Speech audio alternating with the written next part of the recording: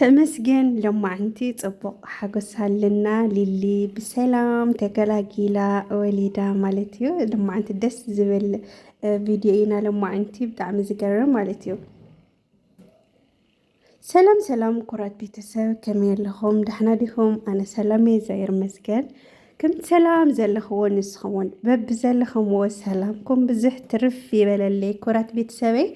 ናይ ኣልጉ ዩቱብ ቻናል ተኸታተልተይ ከመይ ቀኒኹም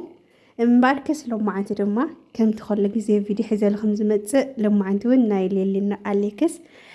ደስ ዝብል ኣኽባር ደስ ዝብል መልእኽቲ ሒዘልኩም መፅእ ኣለኹ። እስካብ መጨረሻ ተኸታተሉኒ።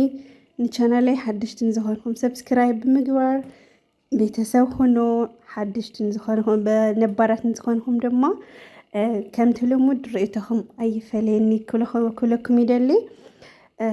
እምበር ሎማዓንቲ እንዳሌልና ኣሌክስ እዩ ያው ደስ ዝብል እዩ ናሎማዓንቲ ብእውነት ከም ዝኩሉ ግዜ እንፅበዮ ነበርና ኩሉ ግዜ በቃ ብትፅቢት በቃ ሞይትና ነበርና ማለት ኸዚ ደስ ይልና ኣሎ ማለት ኩራት ቤተሰብ ያው ከምቲ ትርእይዎ ሊሊ ሓፍትና ወሊዳ ማለት እዩ። ብጣዕሚ ደስ ዝብል መዓልቲ እዩ ናይ ሎማዓንቲ ፍልይ ዝበለት መዓልቲ እያ ማለት እዩ እና ኩሉ ግዜ በቃ መዓዝ ድያ ትወልድ ሓድሽ ሻዕ ወሊዳ ኢልና ሸር ንብል ሓደ ግዜ መዓዝ ድያ ንወልድ እንዳበልና ብዙሕ ዝተፈላለየ ኣቕረብና ኢናና ኸዚ ግን ብትኽክል ወሊዳ ኣላ ብጣዕሚ ደስ ብዝብል ማለት እዩ ኩራተይ ብጣዕሚ መፍርሒ እኳ እዩ ነይሩ ብእውነት ኣነስ ጥንሲ ገላ ትርኢ ተለኻ መፍርሒ በእውነት በተለይ ኣብ ትወልደሉ እዋን ትኾን ተሎ ንባዕላ እውን ንዚ ሰብ ገለ እውን ብጣዕሚ ኢኻ ብጣዕሚ ኢኻ ትጭነቕ ማለት እዩና መጨረሻ ግን በቃ ከምቲ ዘይነበረ ኢኻ ትርስዖ በቃ ከምቲ ላቐን ዘየካ ከም ዘይነበረ ብዙሕ 9 ወርሒ ብዙሕ ድኻም ገለ ከም ዘይሕለፍካ ቆልዓ ክወፅእ ከሎ በቃ ፅቡቕ ደስታ እዩ ዝስምዓካ ሽዑ እና ሊሊ እውን ብኸምኡ መጠን ማለት እዩ ደስታኣ ሕነ እውን ብጣዕሚ ደስ ይብለና ኣብ ሰላም ተገላገለት ኳዕ ናብዚ ይብቅዖም ኣሌክስ ለ እንኳዕ ደስ ዝበለካ ዓይኖመይ እና ኩልኩም በቃ ለኩልኩም ቤተሰብ እውን እንኳዕ ደስ በለኩም ንብል ማለት እዩ እና በቃ ብጣዕሚ ደስ ይብል ወነት ብጣዕሚ ደስ ይብለና ሓጎሰይ ክገልፆ ይኽእል እና ኩራት ቤተሰበይ ያው እዚ እዩ ሊሊ ከም ዝወለደት እየሒዘ መፅአ ማለት እዩ እና ኣብኡ ድማ ያው ኣሌክስ ለ ብጣዕሚ ተጨኒቑ ከም ዝነበረ ዓይኖም ኣዲኡ ንኣሌክስ ማለት እዩ ኣብኡ ላገለፀልና ላነገረትና ብጣዕሚ እንትን እዩ ማለት እዩ ብጣዕሚ ተጨኒቑ ነይሩ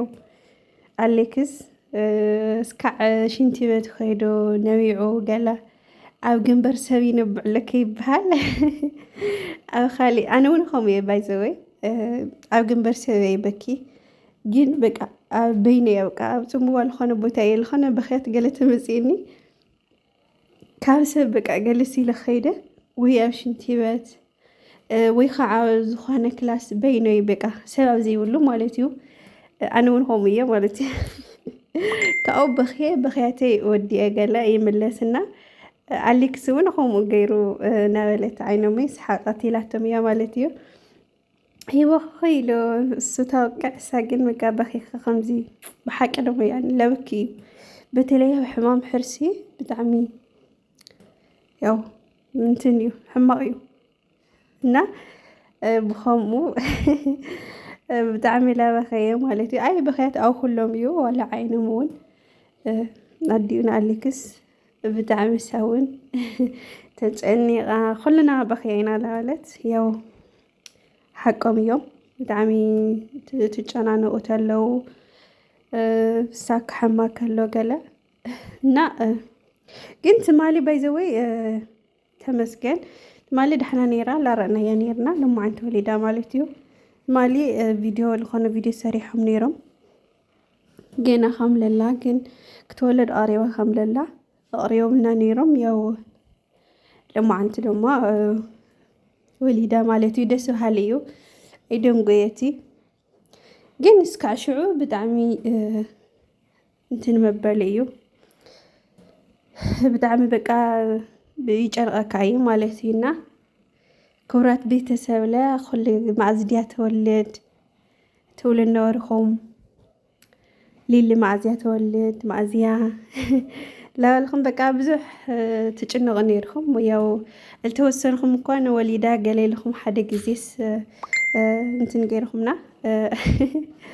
وليدا مسيلنا نيروح نون مالتي لاوناتهم فيديوهات قطامي او خالي فيديو رخي منبري وليدا قال لكم بقى سربرايز داركا غيركمنا نيركم يهم مالتيو نا ያው ትክክለኛ ላይ ሆና በይዘወይ ለሚዲያ ይነቀርብ እዚ ጽቡቅ አይሆነ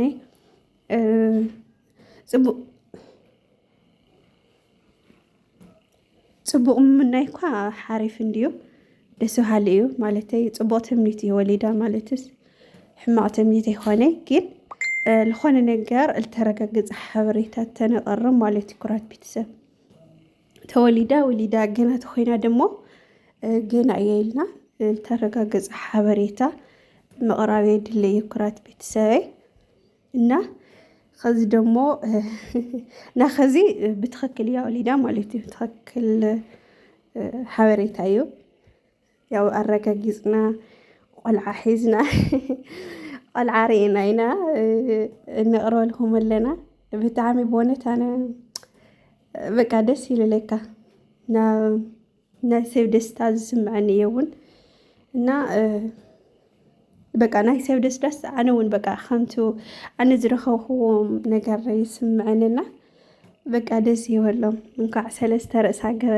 ሰለስተ ርእሶም ገበሮም ክልተ ርእሶም ነይሮም እና ከዚ ሰለስተ ርእሶም ኮይኖም እኒአው ናብዚ ህይወት ናብዚ ዓለም ሓድሽ ህይወት መፂኦም ኣሎ ማለት እዩ እና ብጣዕሚ ደስ በሃሊ እዩ ኣሌክስ እውን ምስ ኣዕርክቱ ኮይኑ መጀመርያ ናብ ቤተ ክርስቲያን ይኸይዱ ምስ ወለደት ወዲያው ናብ ቤተ ክርስቲያን ኸይዱ ማለት እዩ ስዒሙ ኣመስጊኑ ንዝጋብሔሩ ቅድሚያ ንዝጋብሔር መምስጋኒ ለድሊ ኩሉ ብዝጋብሔር ፍቃድ ስለልኾነ ማለት ኩራት ቤተሰበይ እና ኸይዱ መስጊኑ ቤተ ጨርቆስ መዓልቲ እውን ነይሩ ቤተ ክርስቲያን ጨርቆስ ኸይዱ ማለት ኩራት ቤተሰበይ ኣብኡ ኸይዱ ተኣመስጊኑ ገላ መፂኡ ማለት እዩ ካብኡ ምስ ኣዕርክቱ ተቐቢሎምዎ ኣዕርክቱ ሒዞም ኣዕርክቱ ቤተሰቡ ገይሩ ናብ ሊሊ ኸይዶም ማለት እዩ ብሓደ እንትን ከልዋ ካብ ማርያም ኣብፀግ ከልዋ ካብ በቃ ቆንጆ ዝኾነ ወዲ ተወሊዱ ማለት እዩ ጓል ገው ወዲ እዩ ተፀቢ ነይሩ ክውለድ ማለት እዩ እና ወዲ ለወሉ ኣሸኒፎም ማለት እዩ ያው ኣነ እውን ወዲ ወላውቲ ጥንሳ ገለ ርኤስ ብወዲ ገሚተ ነይረ ማለት እዩ እና ሰበሱ ዝተፈላለየ ላገመተ ወዲ ለወላ ወዲ ጓል ለለ ድማ ጓል ማለት እና ሰብ ወዲ ኣሸኒፍና ማለት እዩ ደስ በሃሊ ካብ ኣሸነፍና እውን ካብ ወዲ በኽሪ ወዲ ተትኸውን ኣነ ደስ ይለኒ ባይዘወይ እና ሳቶም እውን ወላ ኣሌክስ እውን ያው ወዲ ክውለድዮ ደስ ይልኒ ይብል ነይሩ ማለት እዩ በኽሪ ሓደ እኳ ጓል ይብል ግን ወዲ ኣነ እውን ወዲ እየ ማለት እዩ እና ወዲ ተወሊዱ ክለኩም ይደሊ ሓደ ሻዕና ኣሌክስ ይመስል ንሊሊ ይመስል ኣነ እንኳን ገምቱ ጋይስ ቤተሰብ ልመን ከም ዝመስል ኣነ እኳ ሊሊ ይመስል የለን ባይዘወይ ያው ኸዝኳን እንትን ክንብሎ ይንኸሊ ግን ምስ ዓበየ ንእሽቶን ቆልዓላ ተቐያይረ ኢልካ ድሞ ያው ልኻሊእ ግዜ ክኾነና ምንተን ኣነ ምስሊ ለዲኡ ልልሊ ይመስል ይብል ስኻውትም እውን ኣብኡ ገምቱ ማለት እዩ ንመን ከም ዝመስል ንአሌክስ ዶ ወይስ ንሊሊ ቤተሰቡን ያው ንመን ይመስላ ወል ነይሮም ማለት እና ገኦም ለአሌክስ ገኦም ለሊሊ ይውሉ ነይሮም ባይዘወይ ኳዕ ተወለደ በቲ ወለ በቲ እግዚአብሔር ዝፈጠረ ናይ ክልቲኦም ተሓዘውን ፀገም ይውሊ ኩልዮም እውን ቆናጅ እዮም ናይ ሊሊ ተሓዘውን ቆንጆ እዩ አሌክስ ተሓዘውን ቆንጆ ቆልዓ እዩ ማለት ኢና ቤተሰበይ ያው ከምቲ ተርእይዎ እዚ ይመስል ነይሩ ማለት እዩ ኩሉ ግዜ ተፅኢትና ዝነበረ ያው ከዚ ሰሚርልና ኣሎ ማለት ኢና ተመስገን ይብለኩም ናይ ሎማዓንቲ ያው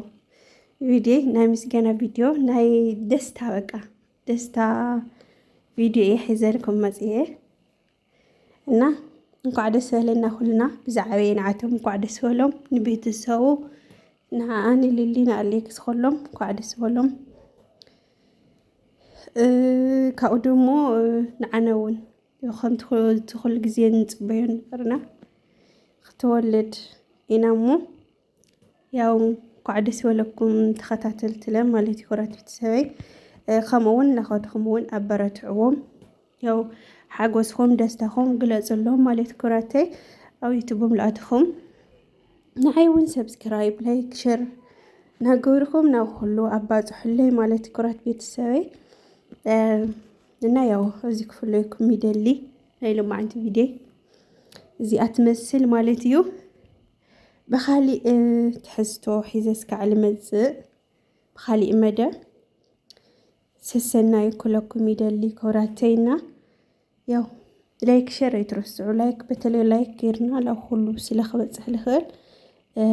ላይክ ኣይትረስዑ ኩለኩም ይደሊ ብዝተረፈ ሰሰናዩ ፀፅበቑ ንዓኹም